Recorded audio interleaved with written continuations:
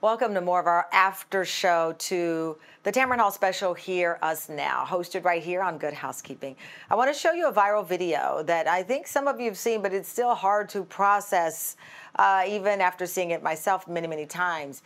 Amy Cooper, a white woman who called police on a black man in Central Park. Take a look.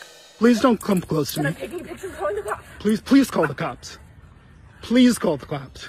I'm going to tell them there's an African-American man threatening my life. Please tell them whatever you like. I'm being threatened by a man into the ramble. Please send the cops immediately. The black man was later identified as Christian Cooper. He was in Central Park bird watching when that video you just saw was recorded. It set off a frenzy on social media. You probably know it. You're on social media.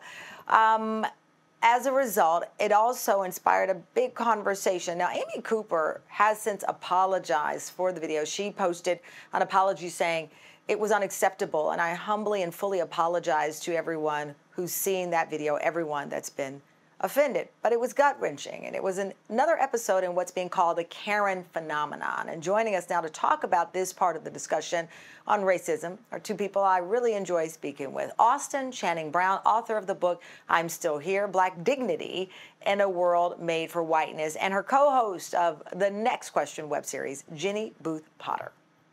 Jenny, in the statement that Amy Cooper put out, she alluded to the fact of not realizing, or alluded to the fact of, in a sense, weaponizing police. That's an option that she had that he did not have in that moment.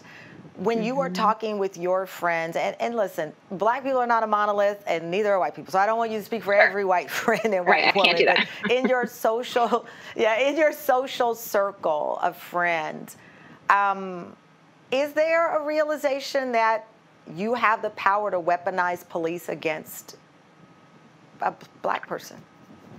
I don't know if it's talked about that clearly, but I do think not even just recent events, I think throughout history, that is what, as a white woman, we are taught that, that the police will be there to protect you and people that look like you. So I don't think it's I'm going to very intentionally yield my power as a white woman to call on the police as my personal service. But that hasn't not been the narrative. I have never hesitated to think about calling the police for any reason. I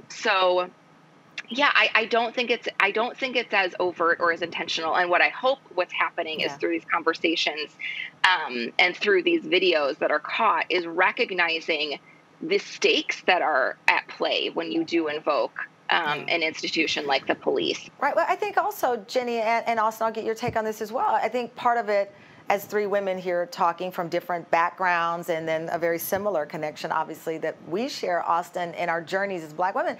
I'll tell you, I've refrained. I was just asked on an interview to tell me experiences of racism that I had encountered as a child. And I said, look, you don't have enough time for that. And by the way, is that really productive for me just to name every time?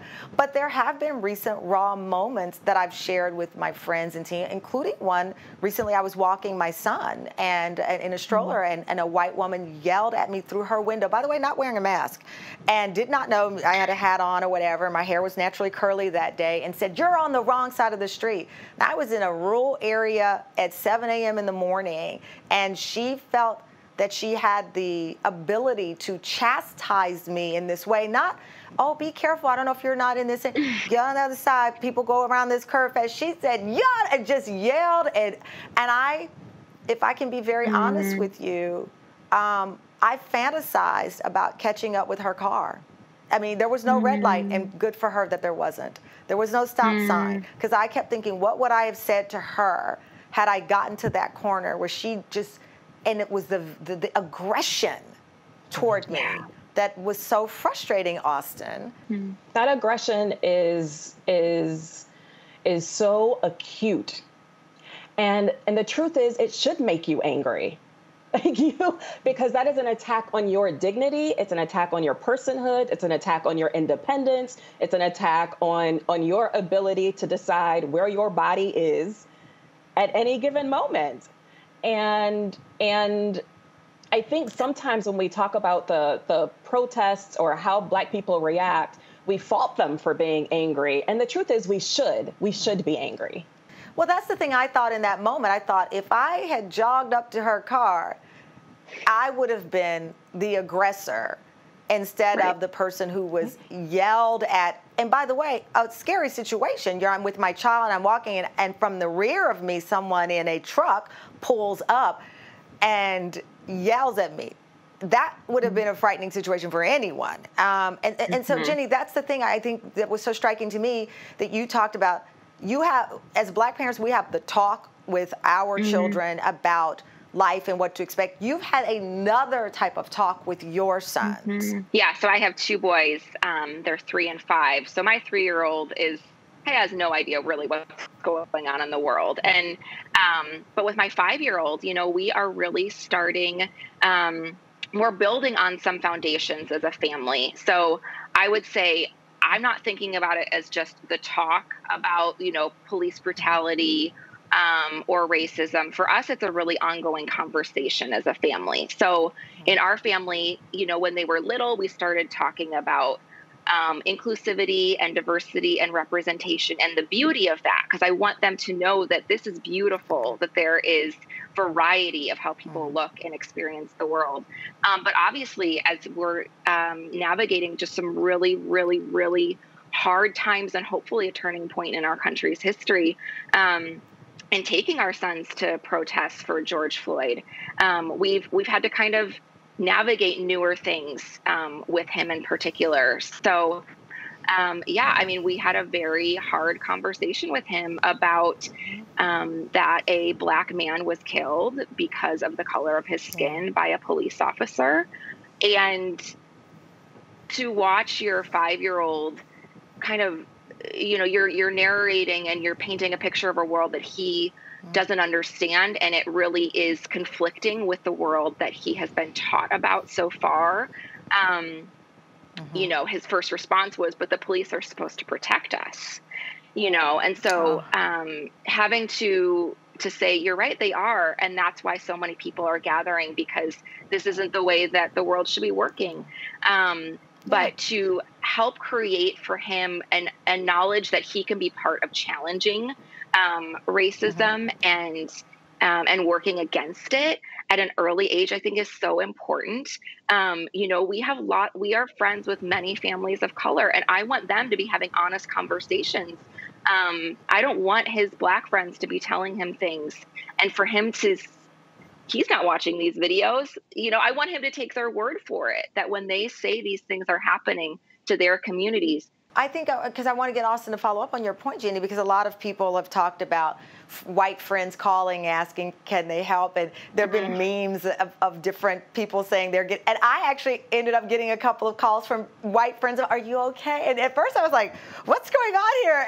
And it's true. A lot of friends with good intentions are checking in, and they're asking, with sincerity, how can they help? And I thought about an event that I hosted a couple of years ago, and it was supposed to be all these up-and-coming young women, and I was the matriarch who was to come in and talk to them about my journey and my career. And it was a room full of all white women. And one of the women said to me, I brought up the fact that it was all white women in here, and I said, guys, you're in New York City. In this room, I'm the only person of color, period. And she said very sincerely, and probably in her late 20s, how do I reach out to the Black women in my office? And I got emotional thinking, wow, she's in New York City, and she is telling me she does not know how to reach out to the Black women in her office. And I jokingly, because it was such a tense moment, I said, well, don't say, hey, girlfriend. Don't start there. I said, and don't ask to touch her hair. Those are the two things you don't do. And she was like, because I had to break the tension. And I said, you know what you say? You just say hi, just as you would your white colleague. And you start up a conversation. That doesn't mean you're going to visit each other's homes, but you just say hi. And that starts there. And I do challenge people all the time. I say, to your point, Jenny, instead of pointing your finger at someone down south saying, look how they live, go to your social media. Look at your Instagram, look at your Twitter, look at your Facebook, and how many people in your tribe don't look like you?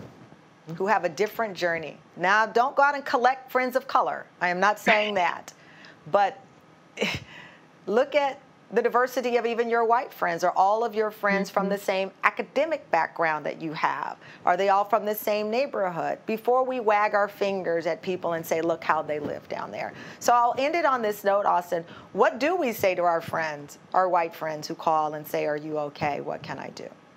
Well, I think there's two responses. I think first, Black folks and people of color should be honest about what they need. If you need some dinner, then I need for you to say, if you could give me some Grubhub, that would be fantastic. Or whatever would actually be helpful to you in that moment. You know, maybe you don't want to think about dinner tonight, and it would be nice to just have someone take care of that for you. So I am all for, when it's a friend, saying this is actually what I would really need.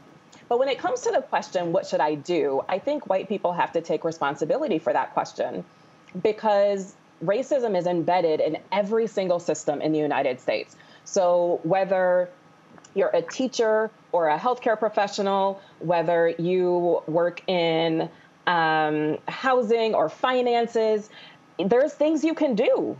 There are things you can do. There are ways that you can be for communities of color. And I think it's the responsibility of each individual to figure that out for themselves and to take the courage to do it instead of relying on us to answer that question for them. Austin and Jenny, you're an incredible team, and I really appreciate you both joining and being so, again, candid with your journey. And by the way, Austin and Jenny's web series is called The Next Question. Thank you both for joining us. I appreciate it. Thanks for having us. Thank you.